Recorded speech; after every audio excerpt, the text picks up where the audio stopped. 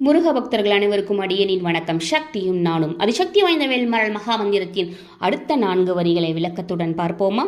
இது பதிவு 13. இதோ வரிகள்.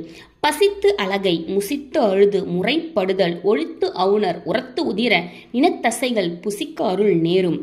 அலகை என்றால் பேய்கள், பசித்து என்றால் பசி கொண்டு பேய்கள் மெலிந்து அழுது புலம்பி எங்களால் பசித்தாங்க முடியவில்லையே என முறையிடுதலை அறவே நீக்கி அசுரர்களின் உடலின் இரத்தம் தோய்ந்த கொழுப்போடு சேர்ந்த மாமிசத்தை அப்பேய்கள் உண்ண மரக்கருணையால் உடன்படும் குகனினது வேல். அதாவது எம்பெருமான் முருகனின் வேலானது எப்படி அசுரர்களின் மாமிசத்தை பேய்கள் உண்ணுமோ அதுபோல் நமக்கு எதிரிகளாக இருக்கக்கூடியவர்கள், நமக்கு தீங்கு விளைவிக்கக்கூடியவர்களை அவர்களின் எதிரிகளை வைத்தே அறக்கலையுமாம்.